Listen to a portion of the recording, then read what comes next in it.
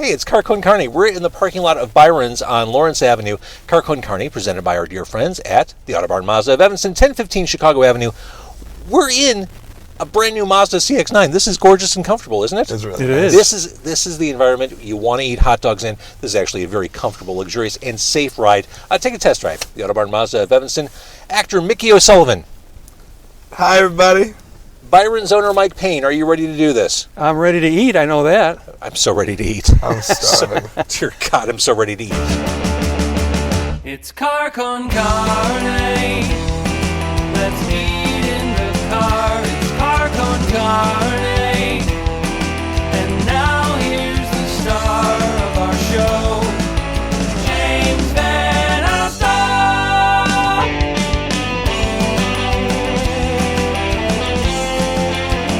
Okay, so we're at Byron's. What I just learned before we recorded, Mickey and I at different times used to live like a block away from here. Yeah, it's pretty wild. I used to live on Paulina at like 4872. 4836. Yeah, we were neighbors in different times. But I love this area. I do too, but I was always looked at like the pit bull, you know, like I would walk around, because I was a night owl, you know, and so I'd walk around running my lines, you know, I'd walk around this block, and people would just peek their head out like, what is this psychopath Would you walk down doing the out? street rehearsing your... Yeah, because you rehearse at home, and like if you keep saying, get on the floor, you know, like at home, people, like your neighbors start to think that you're crazy, and so I would walk around the block and just kind of mutter to myself. But then you get the pit bull syndrome, where the people in your neighborhood think that you're dangerous, you know, and so they move to the other side of the block when you walk by them, and it's a really isolating feeling. You? Yeah, absolutely. You don't look threatening. Well, you should see me at like 3 a.m. Like, and I was a smoker back then, so I was just chaining cigarettes and Okay, walking. I can see that. Yeah, it was. I have to admit, like looking down at myself, I could have done better. Yeah. So here at Byron's, we decided to take two of Byron's classic menu items and kind of have them side by side. We went for the classic Chicago dog, which is a must, right, Mike? Absolutely. You can't come to Byron's without it. Vienna beef. Vienna beef, all Vienna beef. Now, yep. this is the dog that you served to the White House like 9 years ago, right? It is. It absolutely is the same one. Back in the day when you could deliver hot dogs to the White House and not have people turn it into something political. Well, people tried to do it then, I can Did tell they you really? that. Oh, yeah. I bet. Absolutely. I got interviewed after we went there, and people were talking about, well, what if it was a Republican in the office? How would you feel about that? And I said, that's not for me to decide. You know, we're just happy that we were there, and we did the best we could, and we served all the hot dogs to all the senators and House of Representatives. That's and wild. they loved it, I can tell you that. Yeah. You didn't even need to tell us that. Of course they did.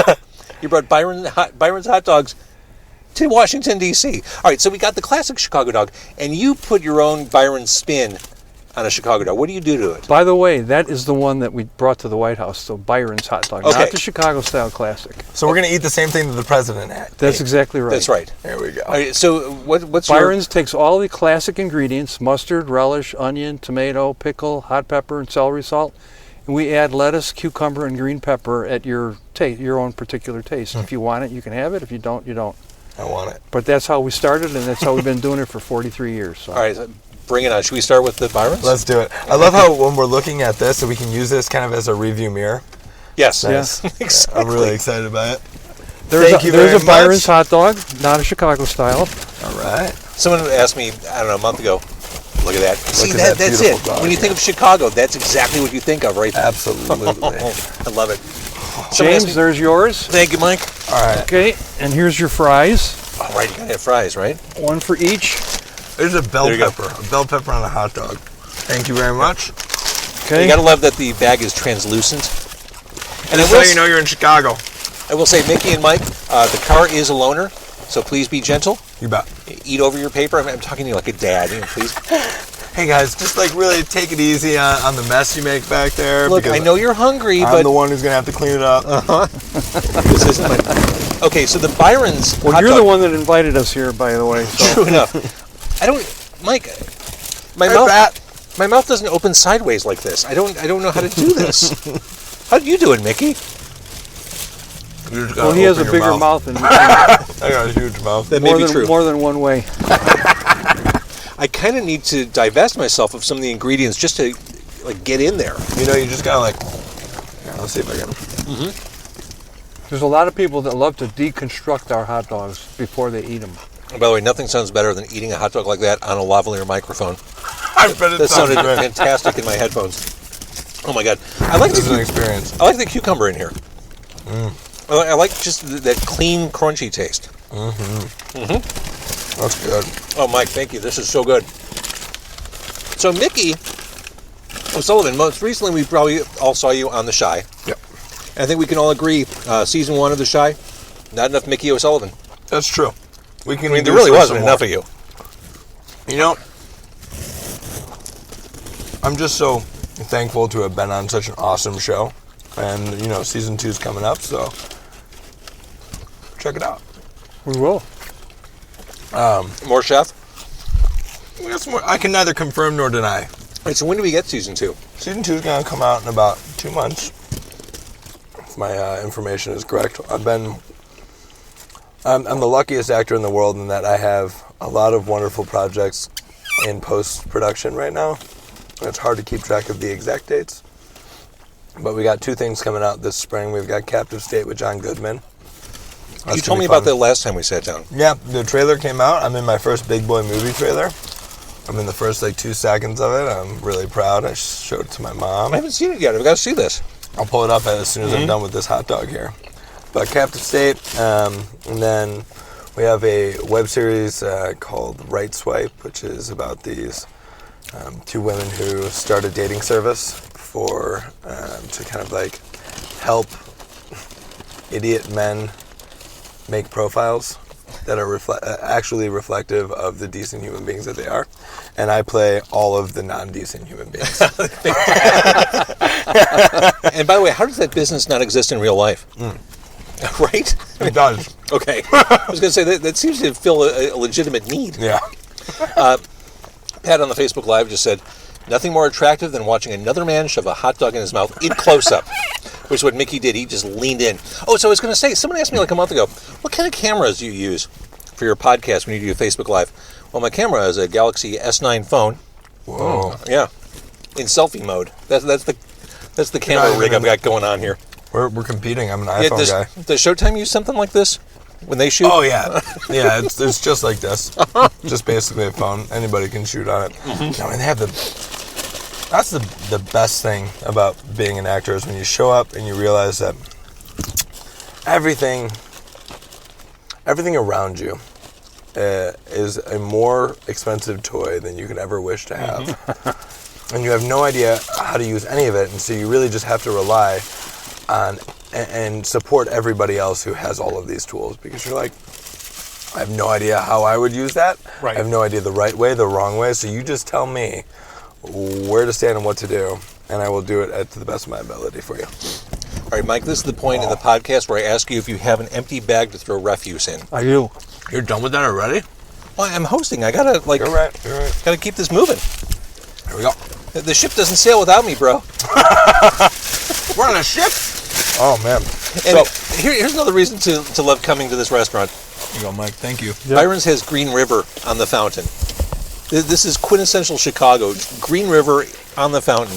And it's more rare than you think it is. Mm-hmm. You can buy it in grocery stores, in cans or bottles, but in fountain you can't. There's nowhere that I know of that you can find it. What's your relationship like with the Green River people? It's a pretty good one. They all moved We're out the of Chicago, boss, and right? they sell to us. They moved out of Chicago years ago, but they're still Green River actually started in Minnesota. I thought it was always a Chicago thing. I love Minnesota. No. And now, yeah, right.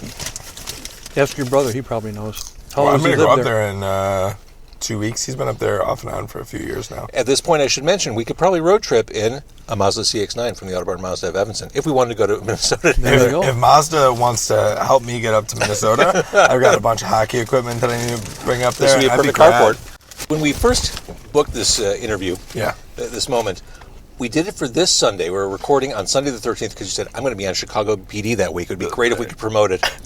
That's not happening. That is not happening Not this Wednesday. week. Yeah. It'll happen at the end of the month on the 30th. I'll be back on Chicago PD as a different character. I won't give away too This is much. your but third time on the show? This is my third time. Third character. Blessing, I think. Maybe a record. You're kind of like Stan Lee. on Chicago PD. Every time we see you on the screen, you're in a different scenario. That's right. Different That's role. Right. So you're the Stan Lee of Chicago PD. I think I was just like, my mom used to say, "Oh, Mick, you don't have a face for comedy. You have a tragic face." And I think what she meant is that I have a very industrial-looking face. Like if you look at the people on Chicago PD, most of them look like blue-collar, either cops or criminals, and I look like both. Right? I could see You that. could do both, yeah. I could say that. Absolutely. But if you ask me to play like a love interest, it's like, oh man, brutal. They're just not going to pick this face. I don't know. Oh, that's My nice. wife thought you were pretty nice looking. Mike, that's so nice. Earlier, and he was wondering about why I don't have more scars on my face from hockey. But now he said that really nice. That's because you didn't play against me. That's right. Otherwise, Mike, you play would hockey have. too? Yeah. Do you play over at Johnny's? Not now. I don't. Sure. I'm a little bit too old, and I've got too many artificial joints to play down there now because it's really good hockey down there. Yeah. But I played college hockey. Well, it was a club kidding. hockey team actually. Where at? Loyola, right Yeah. up the street here. Sure. And I That's played a great. lot of men's league. That's one reason why I had to get artificial hips and an artificial knee. Wow, brutal. I'm the least manly person in this entire car right now. Snoop Dogg just did a sports. I saw that. You saw that, and he said, "Man, you gotta be a whole lot of man to play this game." It's like, yes, you do. Yeah, it was hockey is great. I used to sharpen skates down at Johnny's Ice House. It was one of my few jobs when I was starting off as an actor in Chicago. So, going back to Chicago PD, you can't really tell us anything about this episode you're on? I think that it's going to be pretty controversial. Is it like a headline pulled from the headlines kind of topical sort of thing? Yeah, if you like pull from a bunch of headlines over the past 2 years, and then you also think about what does it mean what is the thin blue line? And what does it mean to be a good cop? What does it mean to be a bad cop? What does it mean to support cops? What does it mean to challenge cops to be better? As an actor who is very active as a Chicago actor, what do you think of the proliferation of Chicago-based shows and the amount of filming that happens in the city? This has to be a great thing, right? It's a beautiful thing. I'm hoping you always want better, right? It's a beautiful thing. We have some amazing shows. More shows are coming. Networks are really starting to trust Chicago. Commercially, it's always been a wonderful town. And I'm hoping to see more movies. In the 90s and the 80s, I think we saw this wonderful rush of heartwarming comedies. And we have some of the best comedians in the world in Chicago, and I really hope to see a little bit more of that. But you can't complain about having so many network shows in one location, It's kind of awesome. It's pretty beautiful. Just on the outside looking in, I think it's really cool. Jumping into a different corner or arena, what do you think of these releases on Netflix? As a distribution platform. I mean, I've watched the Bandersnatch, How many times have you watched it? I watched it in one sitting, but it was probably 10 times in one sitting. Okay. Yeah. Bandersnatch, I watched Bird Box. This excites me as a distribution model. I don't know what it means to actors or to Hollywood. We're going through a content boom, right? We're seeing more content being produced on more platforms and more in different ways than we ever have. I'd say maybe the only other time that we've seen it like this was post World War World War II era, right?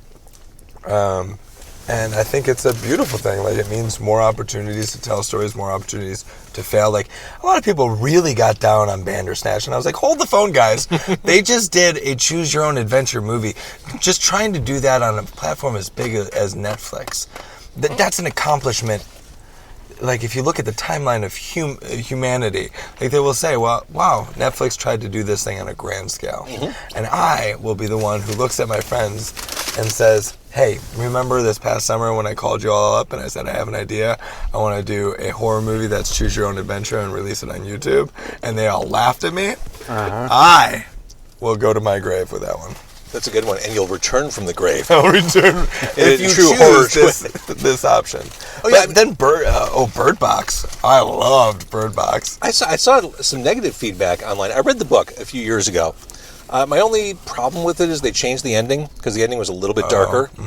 But I thought it was cool. I mean, there was, especially in the early part of the movie where this disease, this affliction on society starts to take hold and people start reacting to it. There were some hair-raising moments very early on in the movie that kind of stuck with me. I thought that's what really made it work well, was that first initial speech that Sandra Bullock gives to the kids, and then paired with those initial moments when people start transforming. It made the rest of the movie kind of, it allowed it to go down that river, you know? And I also, have you ever bird boxed somebody? Where you put the blindfold on them and you walk them around? It's way harder. Oh, I bet. Yeah, I've just threw a surprise party for my fiance, and so like I was trying to get her into the back of an Uber, but I had earphones so that she wouldn't hear where we were going, and then I put sunglasses, and so the neighbors are thinking there's a kidnapping. Definitely, especially you know the Mickey the Pitbull, you know, and I'm like, don't worry, everything's fine, and that usually makes it seem like everything's not fine. That O'Sullivan boy is doing some weird S&M thing over by Foster. It's really difficult though. Curbs are a real obstacle. Sure. Holy camole, she almost took a dive. I almost felt really bad because we had it on camera at that point too. Oh my God. Isn't this great? Yeah. Bird box, everybody. That's what editors are for, though, isn't it? That's right. Yeah. We can edit this, right? Well, you know what? I just thought of something. You could tell us what the content on Chicago PD is going to be, and then James could promise to edit it out. See, we're live on Facebook right now. We're live on Facebook. I think the thing that I'm looking forward to seeing is I'll be working with an old friend of mine that I've known since high school, Leroyce Hawkins, who's a series regular on the show. He plays Officer Atwater on the show, and the first time I was on there, we had maybe like 2 seconds of screen time together, and this time we have a bit more. And that's cool. How it's going to be really exciting because we've known each other since high school. We used to compete against each other in high school speech, and then in college we went to the same school, Illinois State University, and so we kind of like keep doing this intersection. I love that in our career, so it's really nice. And yeah, I don't want to spoil anything, but tune in on the 30th. I mean, here's the best news for me, and I do want to say Tyler Wildy says, "Hey guys, hey Tyler." Hey Tyler. The best part about you being on the show at the end of the month means I don't have to edit it right away. When I take the audio home, I can sit on it for a few days. Is that good or bad for you? It's great for me. Do you get it done? It does not stress you out. It would stress me out. The weird thing about booking a podcast like this, it's feast or famine when it comes to guest booking. Like, I can go 2 weeks without a guest, and then suddenly I've got like 4 nights over the course of 7 days. That's what I'm in right now. I recorded a podcast yesterday. I'm recording another one tomorrow night, and I recorded one last Tuesday. So I'm okay taking a breather, and I'll edit this in a few days. You're pretty quick on those. I was on a podcast we did the one last year, and you put that out really fast. I did a podcast with a few friends of mine, and actually this is a hilarious story. I went to go pick out an engagement ring recently, and engagement rings are tough to buy as a man because you walk into the store and you're instantly vulnerable. You know what I mean? Like overwhelmed. And overwhelmed, absolutely, because you know you have to make this purchase, and it's a really important purchase, and you don't want to get it wrong and all that stuff. But the person at the store knows they've got you. Yeah. As soon as you walk in the door. Because you have to buy it. You have to buy it. And you're not going to go shopping around. I did. I made the commitment to like shop around, right? Proud of you. I went to a few places, and I finally got to this one store, and I really loved the ring. But I was like, I need to walk away for a little while so I have some space, and I walked straight into the glass door on my way out and fell on my ass. Just straight on my ass. I was like, that's probably a sign. I stood back up and I looked at the lady and I was like, hey, just this thought came to me. How often does it happen where you know the person who walks in or you know their spouse and now you have to keep the secret for a little while? She's like, never. It never happens. I go to this next door. I walk in. I say 2 words. Hi. You know, whatever. How's it going? More than 2 words. And she went, do you know so-and-so? And I went, yeah. She's like, I heard you on a podcast. Oh, my Lord. And I thought that's just so funny. I did a podcast where I pranked my buddy that, me and the host would get into this fist fight. and we wanted to see how long it would take for him to intervene. You know, we have that hockey mentality. Oh my God. Just roughhousing. So, you know? as busy as you are, do you audition a lot still? I do, yeah. I just auditioned today for 2 pilots. I tape them. I'll, edit the tapes in the morning, send them off to the agent. Agent will send them in, and hopefully I'll hear something. But I try to let it go as soon as I leave. You strike me as someone, no matter what level you achieve in the acting business, you'll always be like looking Mickey O'Sullivan. for other opportunities or ways to stretch out, and you don't seem like someone who would ever be complacent. I'm not. I have kind of ADD. I get bored very quick. I got back into Do you want to leave? this. No, but I really want to talk about a million different things and stretch my legs. But I think acting's not all I want to do in my life.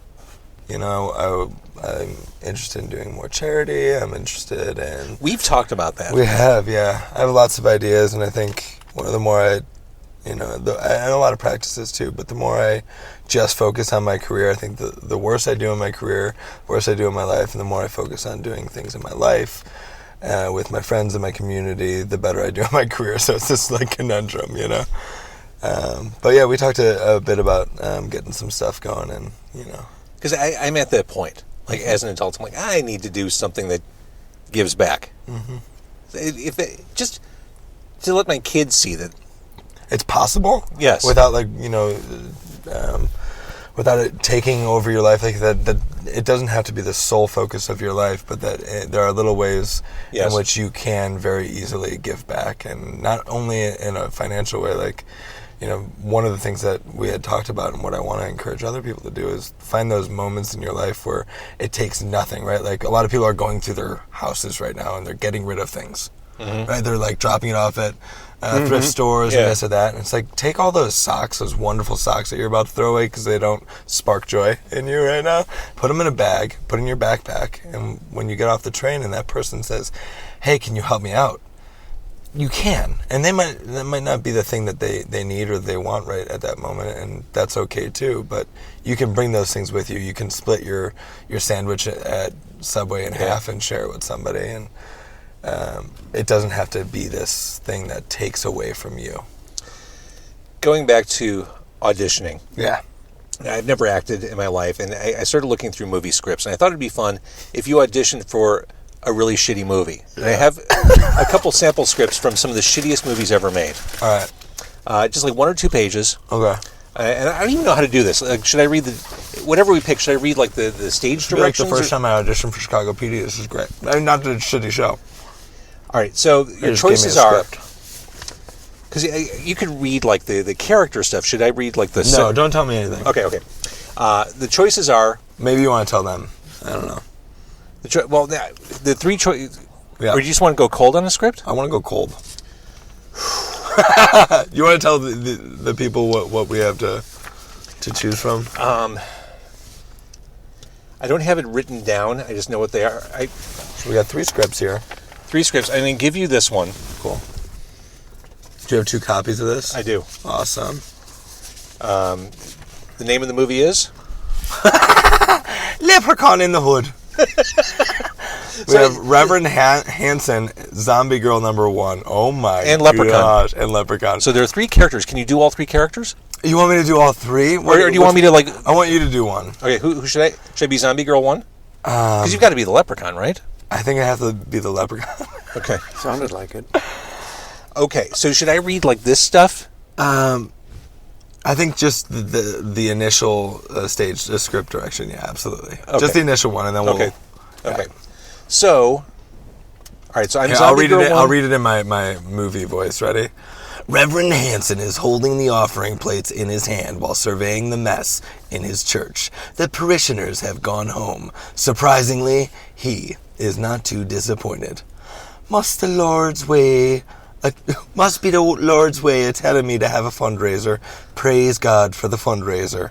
He begins to count the money from the Sunday service, slipping it into his pockets. 1 for me, 1 for me, 2 for me, 2 for me, 3 for me, 3 for me, 4 for me. Out of the corner of his eyes, he sees the zombie girls sneaking into a side entrance.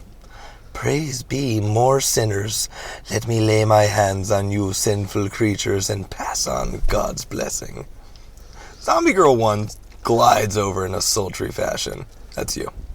Puts her arm around the Reverend and turns him from the others. The other zombie girls disappear downstairs. Do you have the gift of healing, Reverend? Is that your best zombie girl? Come on. It's my first time. It's my first time. Oh, yes. Chili. Yes, of course. My specialty is the gift of tongues. Oh, this is a leprechaun. The Reverend is startled by the presence of the leprechaun and the rest of the zombie girls. I knows the beast when I sees him. Get thee hence from the house of the Lord. The ladies can stay. Robin Hood, good Reverend. Now give me the golden flute. Ain't got no flute, and wouldn't give it to you if I did.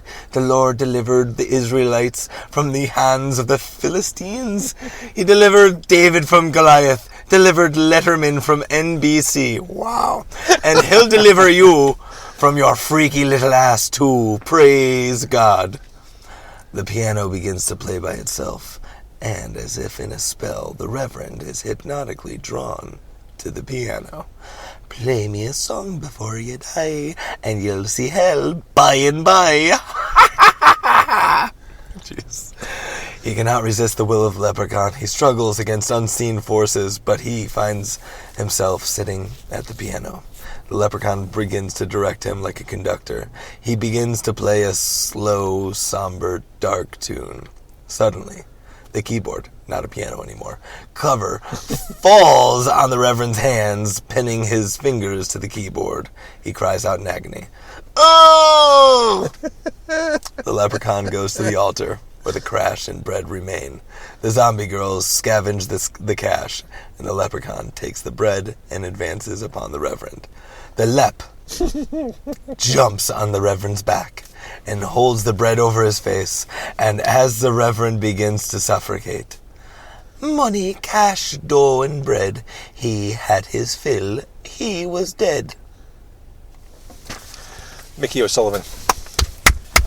Very good. A dramatic reading of Leprechaun in the Hood. In the Hood. In the Hood. That was... I haven't seen that movie in a really long time, so that's a... I'm not wrong to be crying. That was that moved me. You know, I do wish that there was somebody in all of the auditions reading the screen directions, you know? Like the voice of God, like Morgan Freeman kind of piloting you through all that. Where, like, you could do it along with Morgan Freeman's voice. Exactly. So, speaking of auditions, what was the shittiest one you've ever been on? The shittiest audition? Uh-huh. Oh, man. I've got to think they're all special. Yeah. Like, was there one where you walked in, they asked you to take off your pants? Was there... Oh, sure. I had auditioned for... let's see, what's... The problem is, right, yeah, the problem is you don't want to, like... I auditioned for a play in New York City, and when you are auditioning with a reader, it might say kiss, but you're not supposed to kiss, you know? And I thought... And I was really young. I was in New York City, and I was supposed to spill wine on my cousin's shirt and then pat it down, or her skirt, and then pat it down. And I came in there, and I took my shirt off to use it as like a cloth. And I think we ended up making out. I got the part, but then I found out later that she was the daughter of a very, very, very famous New York icon. And that kind of screwed with my head. Well played. So it wasn't the worst, but... it's memorable. For maybe not all the right reasons. Definitely not all the right reasons, but there was one where I walked in, somebody called me, I'm always the person who fills in. You know, like, oh, so-and-so dropped out of this, or so-and-so can't make it.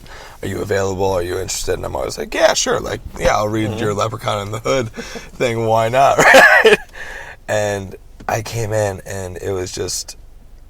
I was playing a racist sheriff. Oof. And I came in the room, and I'm looking around, and it's all people of color, and I'm looking around, and I'm looking at the script, and I'm like, I can't do this. Yeah, that'd be hard. I mean, I realize you have to put on blinders and throw yourself into the part. Yeah, but I just couldn't. Like, I was like, this is volatile, and I just couldn't do it. There was too many. There was too much. And so that was a tough one where you have to be like, I can't do this thing that you're asking me to do. And also, you feel kind of in an uncomfortable position to be asked to do it, but then at the same time recognize that, like, this is a reality for a lot of people, you know, that this character exists in real life, and that you're just being asked to say words that they have said before. And that makes me wonder, you talked about walking down Paulina, reciting the lines for whatever you're working on. Oh, yeah. How much do you immerse yourself in a role? Are you able to kind of detach, or are you take on that role and you become like Jared Leto as the Joker, and you're like mailing dead carcasses to... No. It has to exist within the time that you say action and cut, and then it has to go away. That's where it's magical. That's where you're like transcending something, you know, like if you have a gift or whatever, it exists when you're on that stage, and anything else is kind of a trick that you're pulling on the other people that you're working with, you know? That's kind of what I thought. Yeah. I'm glad to hear you say that. Well, but like, you know, you do these things, like it takes an enormous amount of effort for the work that you do on your own. Like, you don't get paid for that. The work that you walk around the block and you memorize 5 different scripts and hope that you book one of them, and then you do it again and again and again and again, and you do, you know, like, I guess, lose yourself in those moments, but never, you know, I don't come home and and like look at my, you know, family and start saying those things, you know? Of course, or doing those things. It's definitely acting. But that's Hollywood is like shrouded in mystery about like what acting is, you know. And I don't think there's supposed to be one right answer. I don't think there is, but I think that it's a craft. You know, it's a craft, and it's not magic. It certainly isn't instant, but it's also tricks and magic. You know, like what you do on camera is different than what you can do on stage, and so knowing all of that is really important. And, you know, you're telling a story with a bunch of people. It is like the silliest profession that you can ever be in. I remember one of my teachers in college, who used to be on Seinfeld, used to be on Star Trek, and we all revered him. And he was telling us the first time he went to this small little town, started a theater company, and he pretty much just threw a dart at a map, found this little small town, and they were babysitting kids while they were rehearsing in this, you know, small storefront. And the kids saw them, and they were all like flapping around like they were birds for this play. And the kids went, "This is the silliest job." And that's what it is. It's like you show up, you pretend you pretend you're somebody else for a little while, you get paid, and then you go home. And so I think maybe or you go to Byron's and have a nice hot dog. You go to Byron's, but then that's why you work. Look at what's his name? Who played Abe Lincoln? I'm terrible. Daniel Day-Lewis? Daniel Day-Lewis, method actor. He commits to everything 100%. And his poor family probably has to deal with the fact that he's Abe Lincoln for 6 months, you know? And then he retires. Dad's going to go out back to go urinate in the woods because he doesn't think we have plumbing anymore. And the effect that has on his life, and also to be such a renowned actor in that, like, I can only imagine the stress that puts on his family, knowing that so many people revere him for that, but also that's the thing that gets in the way of him being, you know, present at home. I think De Niro probably got sick of being thought of in that sense, so he made Meet the Fockers and said, you know what, tired of being thought of as this great method guy, I'm just going to make this really awful movie with Ben Stiller. He's supposed to be just wonderful to work with. I'm sure. I've heard. He's everybody I've talked to. Yeah. But like just well prepared, knows what he's doing, knows what he's going to try, and a good collaborator, not somebody who's just going to like send you a condom in the mail like Jared Leto.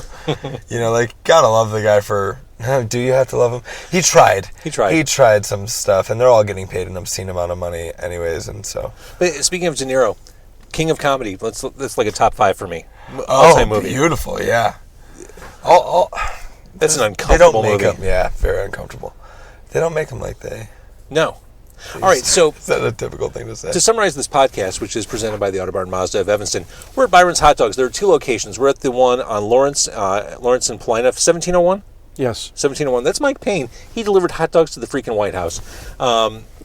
Also, the location in Irving, where we've been before, this is a Chicago institution. The hot dog, we haven't even had the Chicago. We haven't stuff. had the Chicago yet. That's going to happen off camera and off mic. Mickey O'Sullivan, actor, TV star, we'll see you on season 2 Season 2 of The of Shy. Showtime's The Shy, which is really exciting. Captive State coming out in With a few John months with Goodman. John Goodman. Oh my gosh. Wow. Chicago That's PD. impressive. The Right Swipe. All-American Sex Offender. What else do we got coming out? We got a whole Seems bunch like of enough. stuff. Yeah. For There's a few for more, now. but yeah. For now. Yep. So When the leaves 2019 fall. is your year. This is it. 2019 is going to be a good year. And it starts right here in a Mazda CX-9 eating hot dogs and french fries. Yeah, and As it hopefully Mazda will sponsor me to go up to Minnesota. There you go. To visit my brother, right, Mazda? Let's not push it. Let's not push it. All right. Mickey, you're a fantastic talent. Thank you for doing this. Thank you. Mike, you are a talent with food. Thank you for holding up the rear, so to speak. You got it. And thank you for watching on Facebook Live and for listening on iTunes, Stitcher, Google Podcasts, CarConCarney.com. CarCon Carney presented by the Autobarn Mazda of Evanston. These guys are awesome. You're awesome for playing along at home.